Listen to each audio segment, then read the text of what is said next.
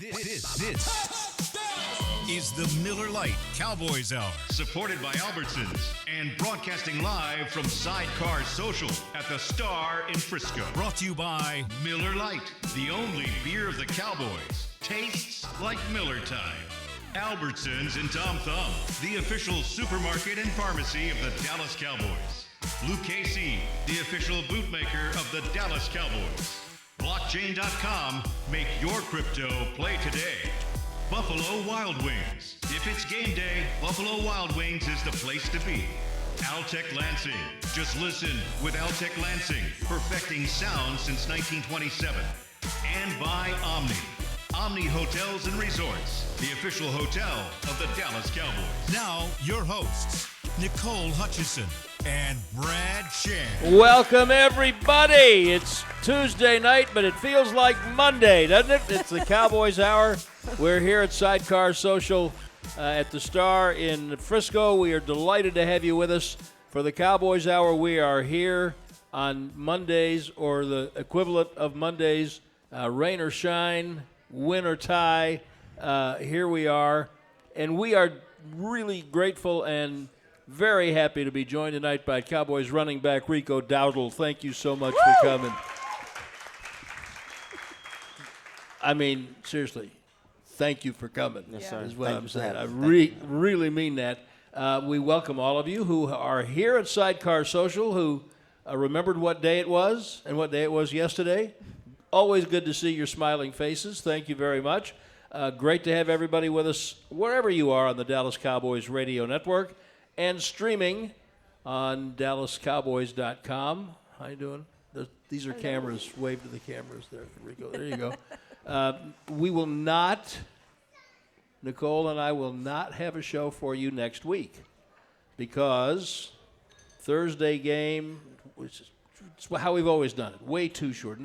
Nobody's going to ask a player to come out on Monday night of a Thanksgiving week after blah, blah, blah. So we'll be back 2 weeks from yesterday, and we are here tonight. What time did you get to sleep?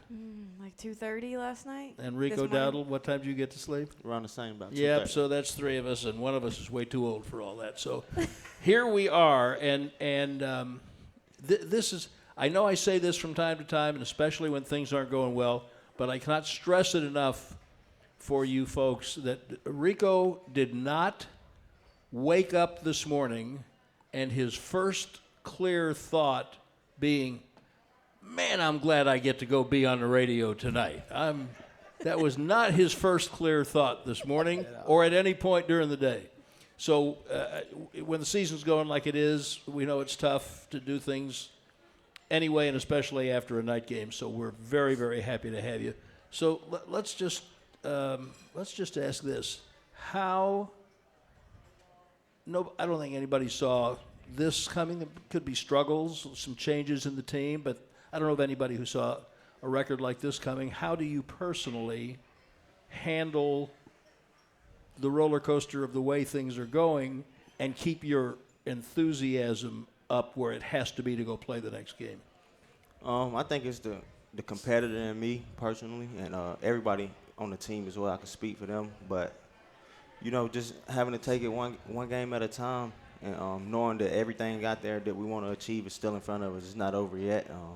We haven't been eliminated yet, so we still got a chance. We just got to try and find a way to flip that switch and get it to turn over. And as long as we still got a chance, I think we all keep competing and keep going for it. Something that Mike McCarthy's always talked about this year is the fight that y'all have shown despite the losses, and he even touched on it today with just, again, the fight that y'all have shown.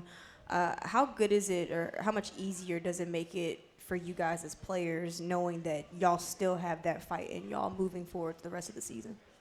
I think it makes it I wouldn't necessarily say it make it easier for us, but definitely inspiring, knowing that we have the type of team that's going to keep fighting. We've been down big and fought back and had a couple close ones at the end and things like that, but just knowing, like, truly being inspired and that we can still go out there and accomplish what we want to accomplish. And that's the type of team we are. And we know we're in the hole right now, backs against the wall, and we got the fighters to do it. You talked about flipping the switch. And in the last 2 or 3 weeks, it has felt a couple times like you were about to do that offensively. Last week, I guess, y'all got the running game going a little bit better, a little more rhythm. Offense was a little smoother. And even yesterday, you're in that game until the early part of the fourth quarter. The scores are deceiving. Will you agree with that? Does it feel like that to you? Right. I think yesterday was a show. They just pulled away kind of towards the end. Like I said, we was in the game, but like I said, the end got away from us. So that switch flipping to where you are doing the things on offense that you want to do and competing and fighting in the game, what, in your experience, what does that take? It's just playmaking, being a playmaker, and continue to go out there and compete, giving it your all each and every play and things like that. But like I said, just going out there and competing and trying to do what you can do to help the team win. Something that I've talked to some of the receivers about is what does Cooper Rush do differently that Dak does? And something they pointed out is that he gets the ball out a little bit faster. So for a running back, what does he do differently from Dak? I definitely agree with that. Yeah. Say he gets to his reads a little faster or something out there. Definitely know he'll check it down for from the running back perspective. Be expecting to get it from Cooper a little bit quicker than you would with Dak at the running back position. But definitely I'd say he get through his reads a little bit faster. Does it make it a little bit more challenging for you? No? I don't think it's challenging with either one. Just something they do different. We had this conversation with Turpin 2 weeks ago, something like that, about the fact that after Dak had gotten hurt, that when Turpin came in, almost all of his work, now it's different for a receiver, but almost all of his work was with Cooper on the second team, even in training camp. So Turp had no problem about feeling like he knew Cooper and any of that. Does the same thing hold for a running back? You've had a lot of time with him before this year, when you would work together on the second team, maybe? Yeah, for sure. Like you said, I've had a good bit of time with Cooper as well throughout the preseason games, especially last year. I played in one. Early on this year, they was like, I'm going to be out there for the first series with Coop. So me and him played like the same amount of plays the first preseason game. And, yeah, like you said, training years prior, working with the second team and things like that. So I've had a good bit of work with him. So does that make it a little easier now when he's starting and he's playing and you're starting? Does it make it feel a little smoother about meshing and kind of knowing what's coming? I definitely think it helps. We've been out there with each other before, but it all goes into the work that Cooper put in, honestly, and how he come in and prepare each and every day, just having trust and confidence that he can go out there and do the same thing that Dak can do. So it's all to the work that Coop put in, for sure. You've been officially been referred to as the lead back by Mike McCarthy. How good does that feel for you? I definitely say it feel good. You know, still got some bumps and things that we got to get over, but I definitely say it feel good to be the starting running back for America's team, and definitely very grateful for that and the opportunity.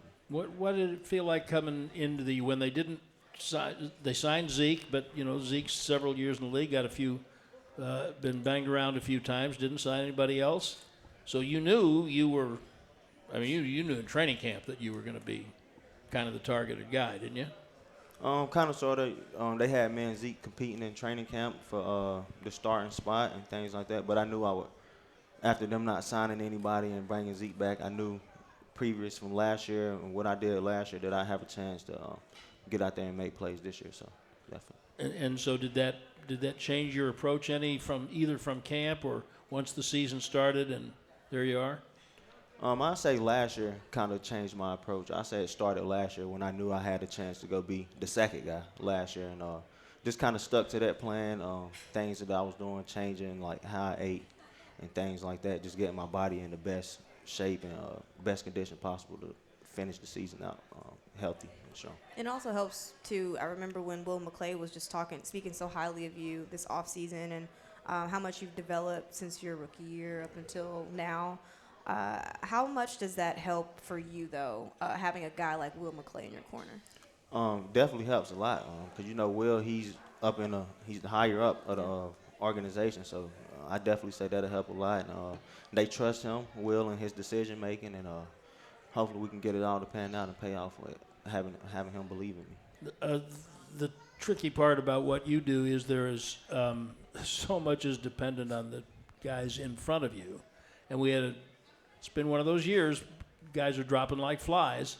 And then yesterday, you got 2 or 3 guys going out at the same time. So what do you do as a running back about that? How do you adjust to and handle that? I wouldn't say there's anything in particular that I can do to handle what happens with those guys. And like you said, we had a couple guys go down. There's nothing I can do, but when guys do come in, tell them, like, it's no drop-off. Those guys come in and prepare each same kind of situation with Dak and Coop, kind of, sort of. Those guys come in and practice.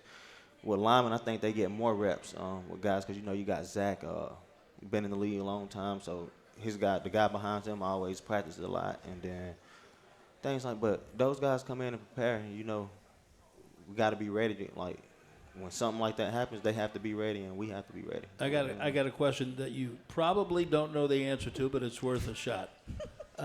So Zach went out. Tyler went out.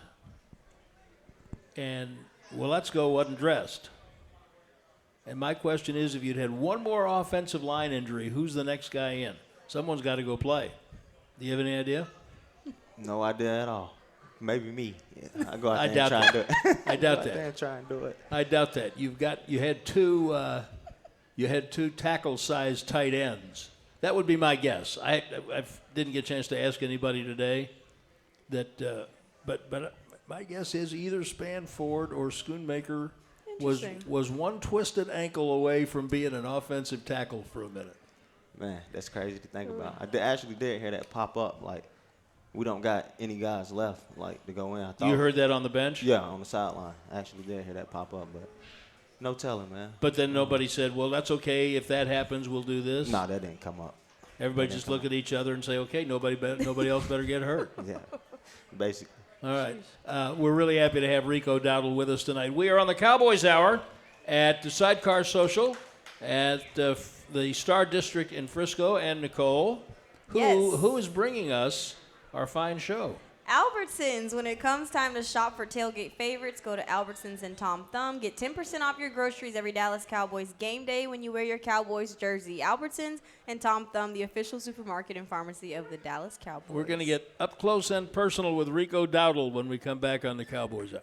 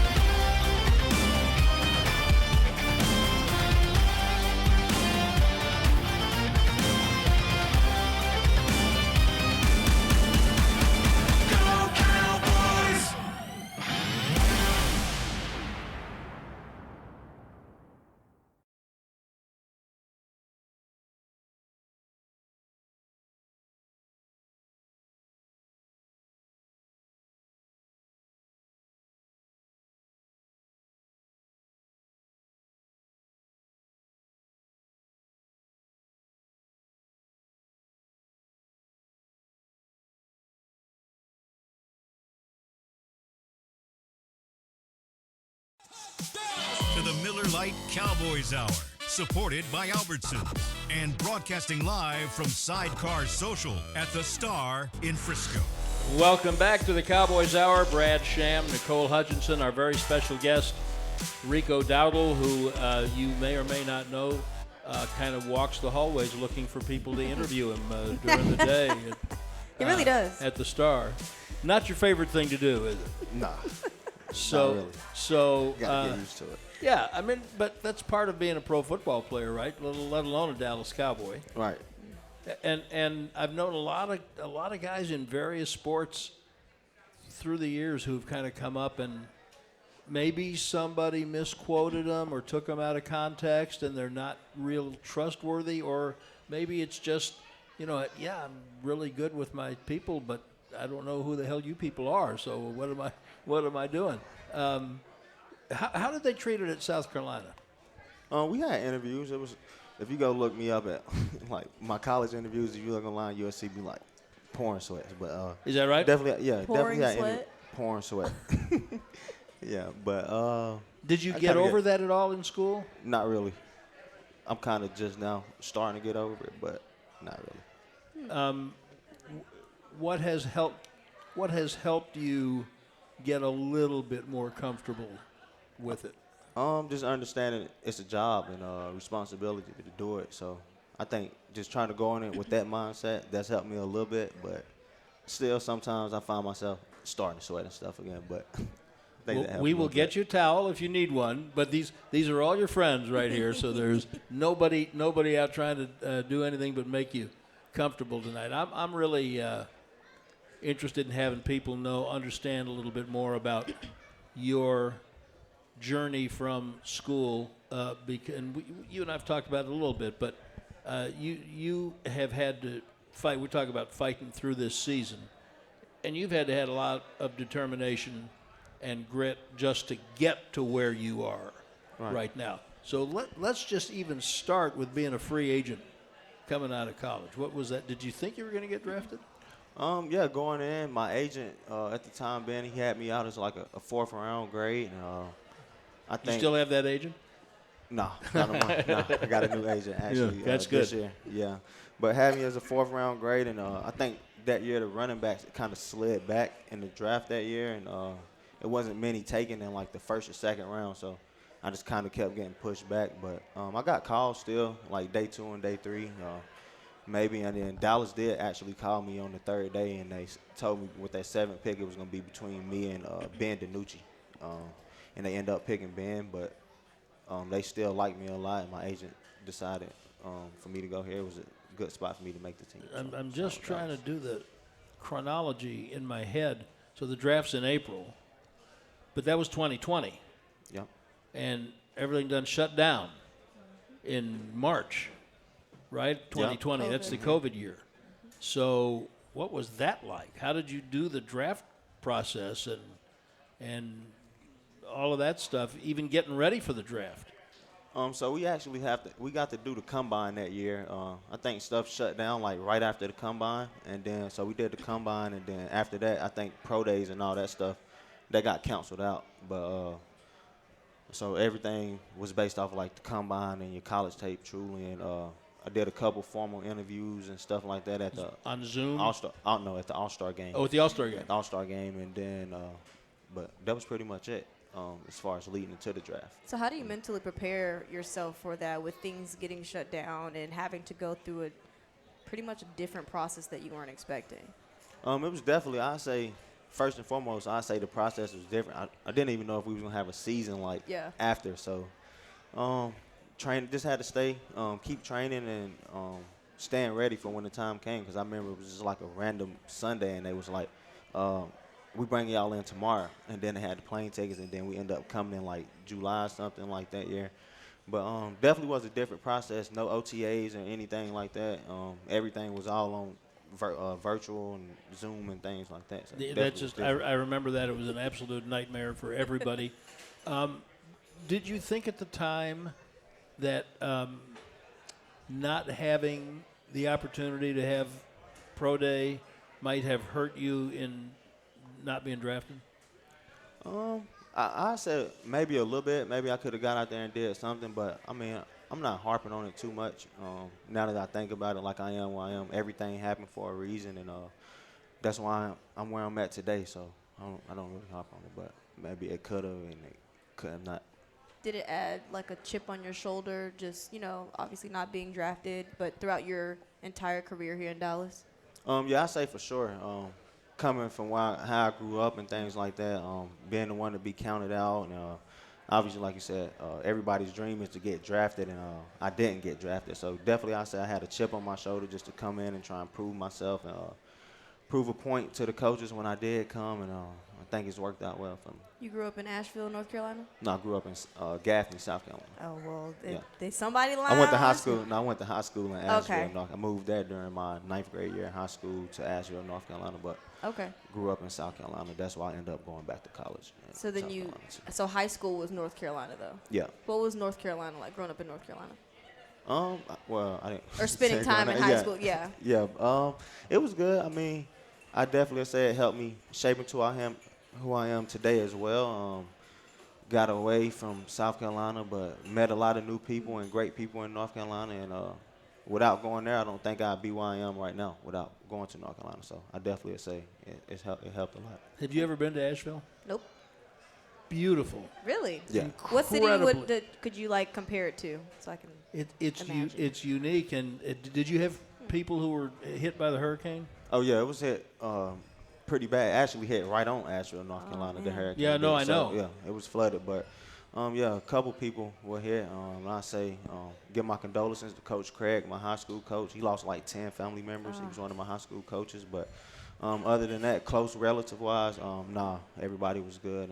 My family got out of there and went back to South Carolina for a little bit. But Nicole, it's just one of the most beautiful places in the country. The geography is phenomenal.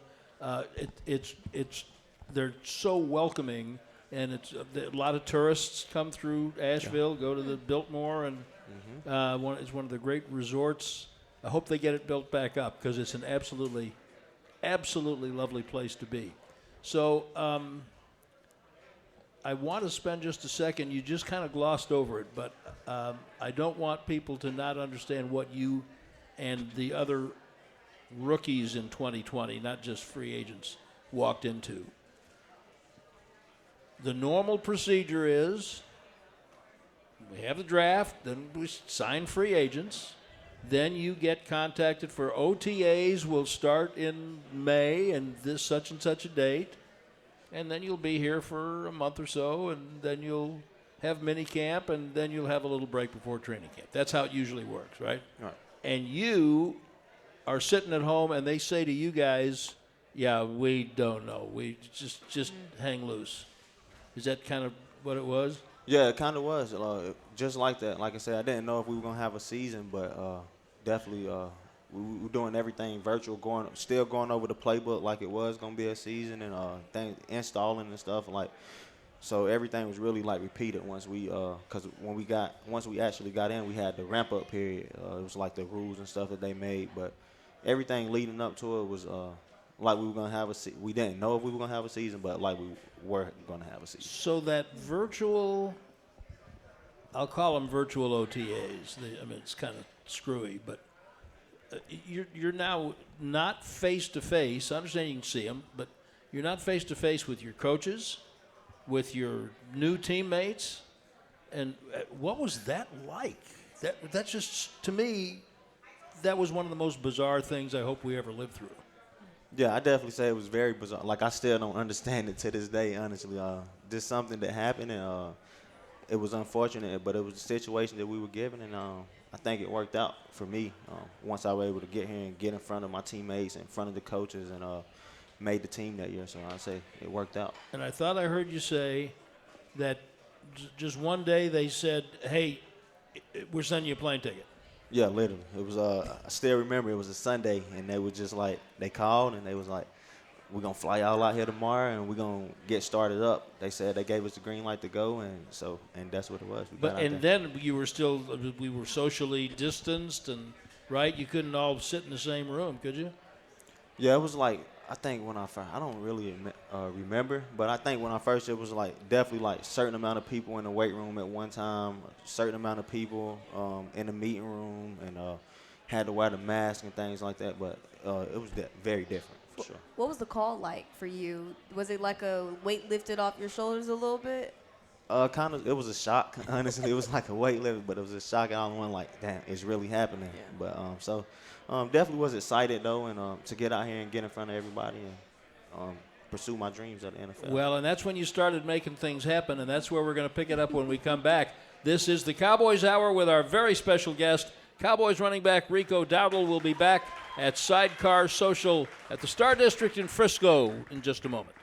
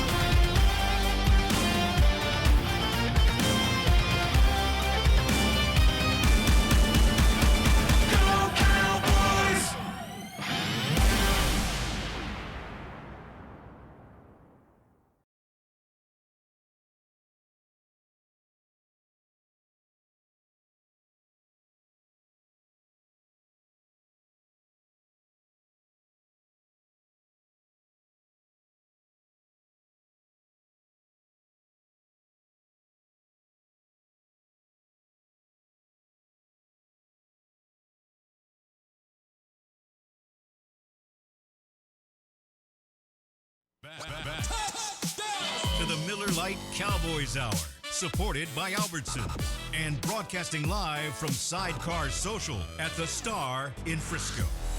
All right, welcome back into Cowboys Hour here at the Sidecar. Okay, we got the fans. We got some energy in here. Nicole Hutchison, Brad Sham, and Rico Dowdle here at Sidecar. Now, Rico, we were talking about your time during COVID.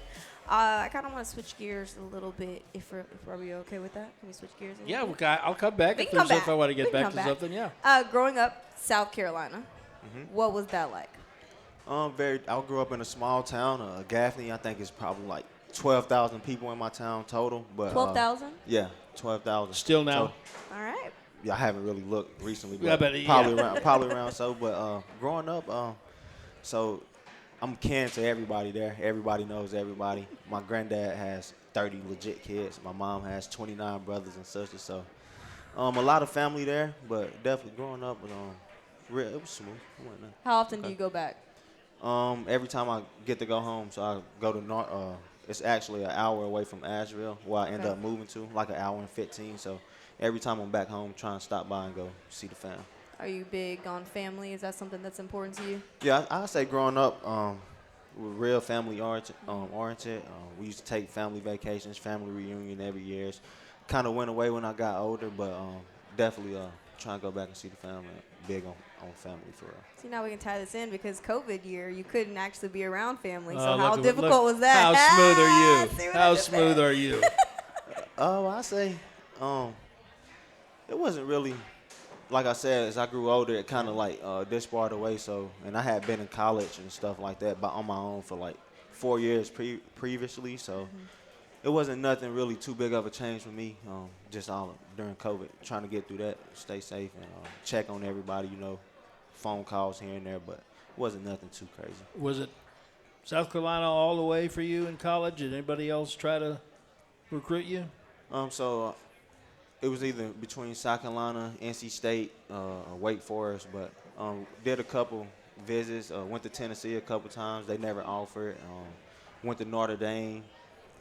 They never offered, but when I got my offer I committed the same day. I wanted to go to South Carolina because, like I said, I grew up there, so when I got the offer from them, committed within like 15 minutes and all. That was it. Now I'm going to pick up on the little bridge Nicole built because I just think that it's really informative for people to understand what it was like for you guys who came in, especially in that class. So I wasn't going to embarrass Nicole by asking her, like, where were you? Were you still in high school or something and when COVID hit? Which would have been a joke because I know you weren't. But you graduated from Howard in May 2019. And you started work at a television station in Alexandria, Louisiana in September 2019. So you've been there like 4 months. Mm-hmm. And here comes COVID. Yep. And how did you do your job? We had to still do interviews, pretty much set up like our cameras at home. So I brought all my equipment back home and did all my like sportscasts from literally either my living room or like my bedroom. It was kind of weird. But yeah, I had to edit everything on my own, send it back, and then they'd air it like a package, pretty much. So Rico, when you got here, I was just telling Nicole, I remember training camp was at the Star. Yep. And the media couldn't be down watching like we usually are in training camp. Interviews were all over telephones and conference calls. When you got onto the field, which was, I know, a little bit before training camp, did it feel like normal football when you were doing that? Could you kind of put the bizarro part of it out of your mind? Yeah, I'd say for sure. Training camp, everything felt normal besides when we got to game day. I'd say that was the only difference. Some places they weren't allowed to have fans. I'd say that was the biggest difference. But as far as when I got here in training camp and stuff like that, everything felt pretty normal. And there were no preseason games, as I recall, that year. Yeah. Is that correct? Right. So you just jumped right in the regular season. Yep. Training camp, ramp-up period, training camp, and then regular season. So Rico was one of 3 free agents who made the Cowboys team that year, and Terrence Steele was another one. And have you guys talked about how unusual and difficult it was it's tough to make a team as a free agent anyway, and then in those circumstances when you didn't have a spring to show what you could do on the field, and I mean, even more challenging? I'd say it was definitely challenging, but I mean, the work that we put in, the training and stuff leading up into it, I say gave us the opportunity, so definitely was blessed. But as far as me and T Steele, I think we, like, right after it happened, like, we definitely talked about it, like, and I think the third one was, I think, Sham McKeon. Sean McKeon, the tight end, right? Yeah, definitely, like, brushed over it a few times, and actually early on in this season, I talked about it. Out of the class of that 2020 class, like, all of those guys have gotten paid, but me, like, made a joke about it. Literally, T Steele and all the ones from 2020 that's still here. I think you got CD, Terrence, and me, and then it was Sean for, I think one more. Oh, Trayvon. All those guys gotten paid and things like that, but except for me, make a joke about it. But other than that, no conversation about it. But you had some obstacles between you and a bag. You had Ezekiel Elliott, who in 2020 was in his fifth year, and when did they draft Pollard? I think the year before I got there. Yeah, I think 2019 maybe. So they were both there. 2019, So you come in behind Right. Zeke and Pollard. It's going to be tough to get noticed. Oh, for sure. And what did you understand that you had to do then to make the team? Special teams. That's what the main thing was. So my first 3 years, and that's something that my agent did tell me. Like guys like me in the situation that I was going into, I was going to be that third guy. Just making sure I went in there and did my job on special teams. That's why I found my role, Coach Bones. I actually told him during training camp, without him, I wouldn't be where I am today. He believed in me, and that was a big reason why I made the team, my role on special teams. And you were a kickoff returner, but you did more than that, didn't you, on special teams? Yeah, I was all 4 phases. You didn't do all 4 phases of South Carolina. No, I never actually played a kickoff return. But other than that, I never played special teams in college, so definitely was new for me. How much do you, I'm sorry, keep going, my bad. No, that was it. How much do you preach that for some of the younger guys coming in to take, I guess, more roles on special teams in order to get more time on the field?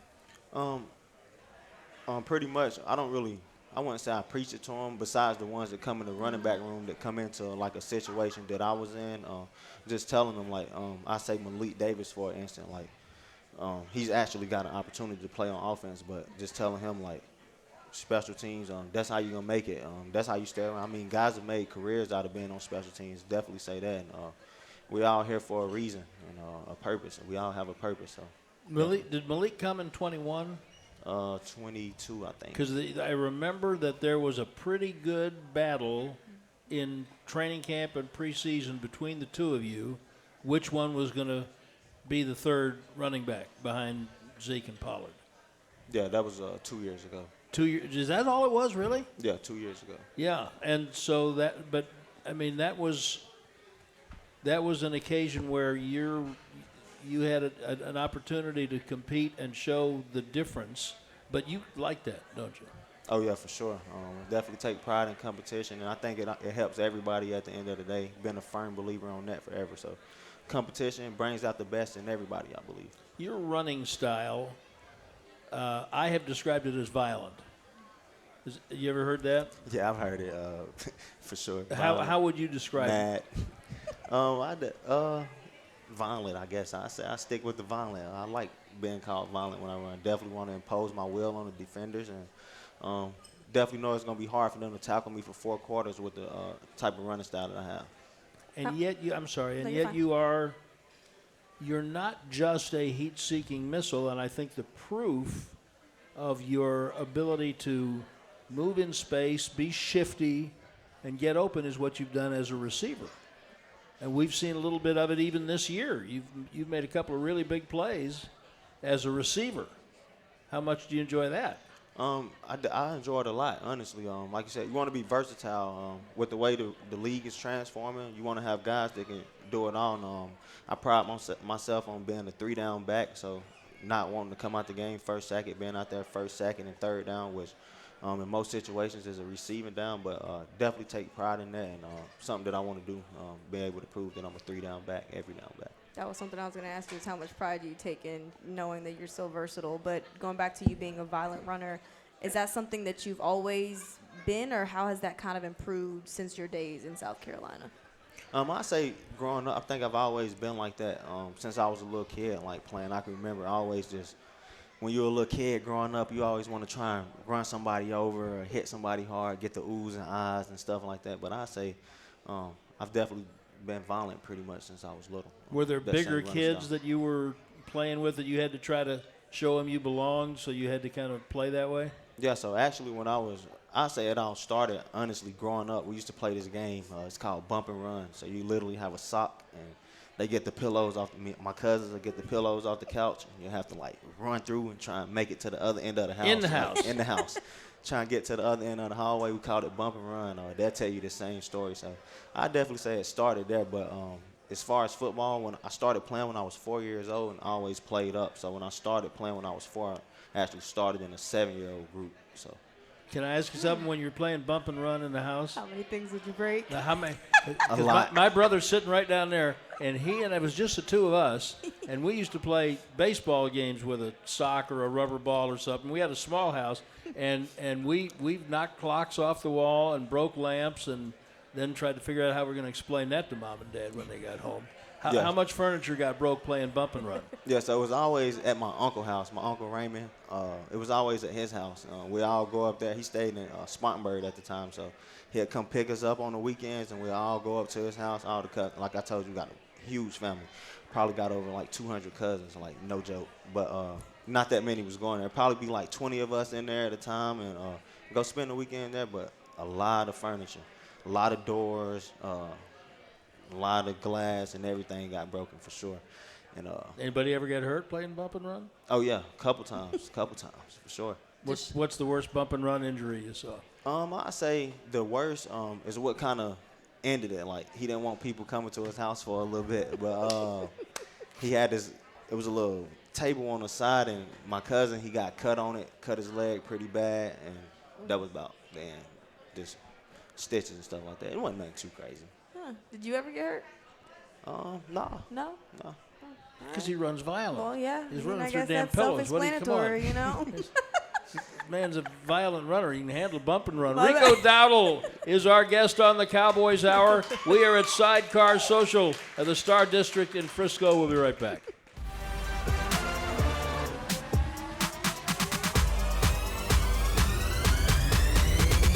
Go Cowboys!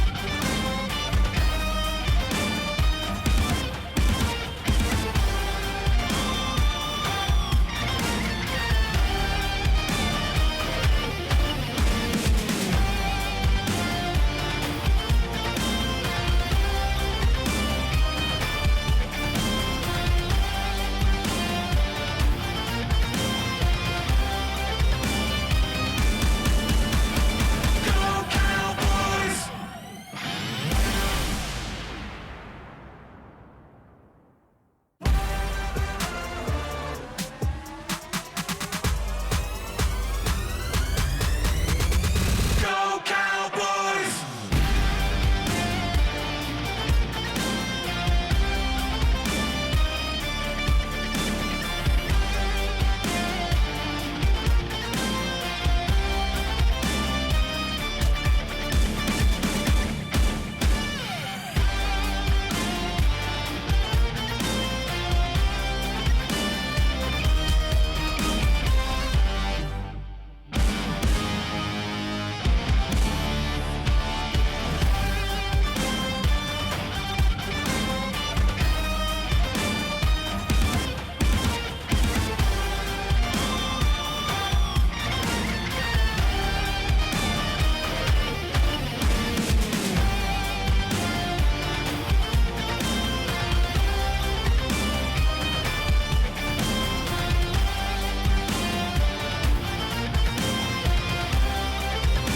Go Cowboys!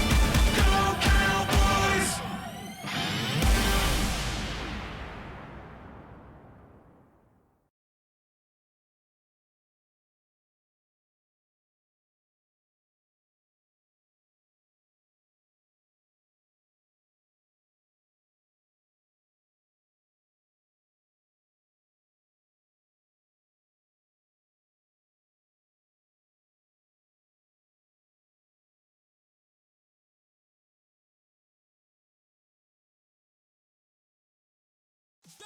To the Miller Lite Cowboys Hour, supported by Albertsons and broadcasting live from Sidecar Social at the Star in Frisco.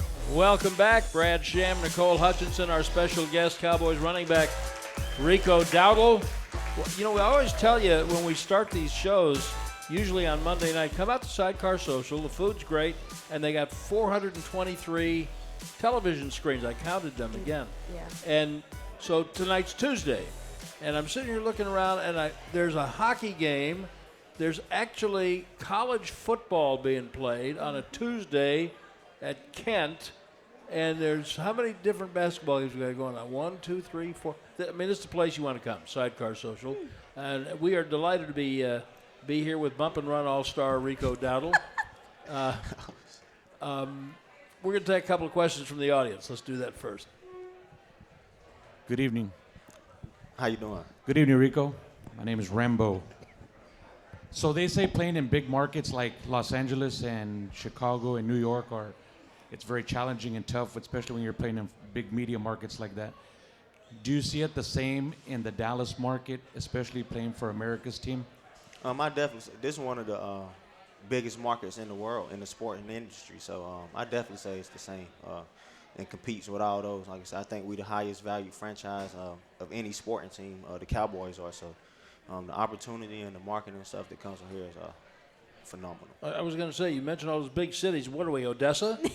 I mean, for crying out loud. You got man. jokes today. Come on. I'm so punchy, it's not even funny. Yes, sir. Rico Larry from McKinney, Texas. Based on the WNC single season touchdown record was broken by you for 63 touchdown passes. What was it before then, and does it still stand? You said you talking about the Western North Carolina? Yes. Oh, so it was total. I had 51 rushing and like 11 passing and 1 receiving that year. In high school? High school. My senior year in high school, but I'm not really sure what the record was before that, but definitely know that I broke that record that year. Good job. But before we forget, because I already did, Nicole, who else is bringing us our fine program this evening? I don't know. Luke Casey, maybe. No, I'm just kidding. Luke Casey, stand tall while you're tailgating or cheering in the stands with the Dallas Cowboys collection by Luke Casey. Shop the collection today at Luke Casey's 6 DFW locations or online at lukecasey.com. Luke Casey, the official boot of the Dallas Cowboys and Dallas Cowboys cheerleaders. One part of Rico Dowdle's journey as a pro football player that I really respect, and we haven't talked about it very much, is you've had to come back from 2 or 3 injuries. I think there were 2 years there where one year you appeared in 5 games because you were hurt. And so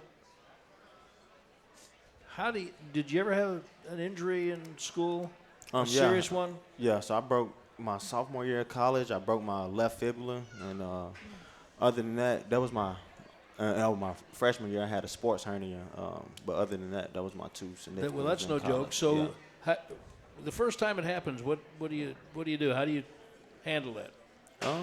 Just attack the rehab process, knowing that you still have goals and things that you want to do and that you need to achieve and you want to accomplish. So just attack the rehab. I say it starts there and just trying to come back better than you were before to prove that you got over that injury. And the first injury you had in the NFL was? I broke my hip 2022. Maybe 2020, 2021. 2021, 2021, right? Broke my hip. Actually played the whole game with a broken hip. Broke it like the second play of the game, but yeah, that was my first one. I presume you knew something was not right. Yeah, that was one of those being determined and like I said, I'm trying to make the team and things like that. That's what I played into. Was that preseason? Yeah, preseason. It was versus the Texans actually. The second preseason game I think of 2021. But yeah, just being determined. And so the reason I bring up the injuries is not to make you relive them, but when you have a difficult season like this one, it seems to me that if you've had to put yourself through the rigors of rehabbing an injury, which for a non-athlete would be it. We'll see you next year sometime. But when you've got the discipline and the inner strength to fight back and go through the rehab process, does that make dealing with all this any easier? Does it put it in any kind of perspective? It definitely puts it in perspective to what you're trying to say and what you're getting at. We're in a tough spot right now. everybody understands that. And like you said, something that we got to keep fighting. I guess you can put it in. It ties in all that. We got to keep fighting. Had to keep fighting through those injuries, and we got to keep fighting through this season. And like I said, try and turn that switch, flip that switch to get it. Everything's still out there in front of us, like I said earlier, and like I said during that same time. So it all ties in, like you said. But this here is going to take a team effort and everybody in that locker room to go out there and execute to get this done. Injuries different. Well, that is different, isn't it? That's all on you. Yeah. For you as an older guy in this in the locker room, how do An you? older guy. Sorry. My Seriously? bad. It's crazy. That How old are I'm not you? 27. Older guy. Sorry. I'm on year 5. You're 5. Vet. You know, a veteran in football terms. Are you You're an older vested? guy, you know. Yeah. You're a I think vested so. veteran. Yeah, I think so. Let me tell you, that's a big deal. Okay, sorry, go ahead. I didn't mean to say you was old because we're the same age. So Yeah. yeah, it's fine. Even though you Oh, did. Yeah, my bad. But Crazy. anyways, as one of the more seasoned guys in the locker room, Oh, nice. Nice recovery. how do you just go about just kind of keeping the guys positive? Not just the guys in your room, but you know some of the younger guys that are in that locker room as well. I wouldn't call myself, that all plays into leadership. I wouldn't Yeah. call myself more of a vocal leader, the type of guy that gets up and talks to everybody, like, and trying to inspire them that way. But I try to lead by what I come and what I do in practice each and every day, what I try and go out there and accomplish on game day. I try and lead by example of how it's supposed to be done. So, and letting everybody know that we still got to put the work in, and I go out there and work hard every day, try not to take no days off and things like that. So, try and lead by that way and keep them going through that aspect. We got like 3 or 4 minutes left. I'm just going to scatter shoot around a little bit so we get a little better sense of your life. So you talked about all the cousins, and Lots. we're fixing to have Thanksgiving, which is my favorite holiday. Nobody cares about that, but I love Thanksgiving. What was Thanksgiving like? Thank all the holidays, Thanksgiving, Christmas. Growing up was it was sweet, like getting the whole family together. It was nice though, everybody getting together, and like I said, got out of that. Kind of want to get back to it. We actually tried to get back to it this year, and trying to get back more family, getting everybody back involved, so everybody can know everybody. The last year you were at home, close to home, whether it was high school or college, either one. So who would cook, Rico? My mom. For all them people. Yeah, my mom. So I say for everybody, everybody played their part in that. My mom did a lot of the cooking. My grandma was around for a little bit growing up, so she cooked. But you know, everybody had a dish that they would bring and stuff like that, and we mix it all together. What dish did you bring? I can't cook. Bring me. So what is your what's on your absolutely must-have menu for your Thanksgiving table? Now it's deep fried turkey. It's been that for like the past 2 years. Do you fry your own turkey? I just told you I can't cook. I understand. But I get somebody to do it though. But yeah, I say deep fried turkey is my number one that I want. And what's with it? Everything. You know, you got mac and cheese, dressing, potato salad. But you want yams.